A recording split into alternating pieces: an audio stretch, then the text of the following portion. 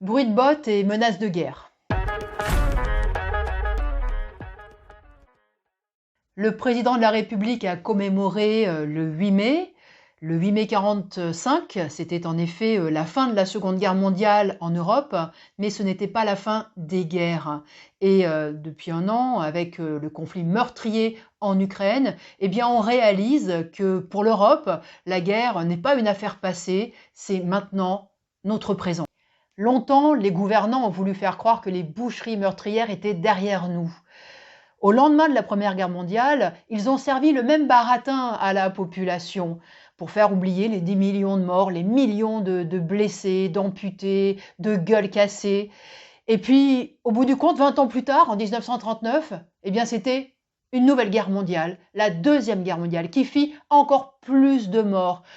20 millions de soldats tués et sans doute plus de 40 millions de civils, d'hommes, de femmes, d'enfants, tués sous les bombardements, tués par la famine, des villes entières dévastées, transformées en ruines, des familles décimées, avec 6 millions de juifs, de tziganes et d'autres minorités qui périrent dans les camps d'extermination nazis. La Première et la Deuxième Guerre mondiale eurent fondamentalement les mêmes causes, la nécessité d'expansion des trusts capitalistes et la guerre économique qui en résulte.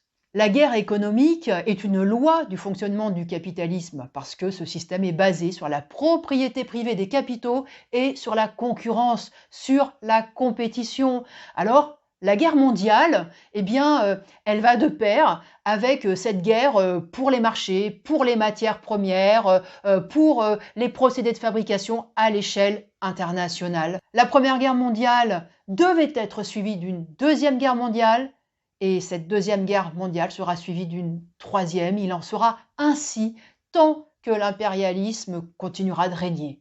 Les combats meurtriers en Ukraine et les accrochages entre les États-Unis et la Chine sont l'expression de ces rivalités économiques.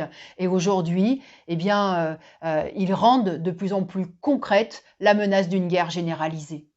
Tous les États s'y préparent en se réarmant à marche forcée.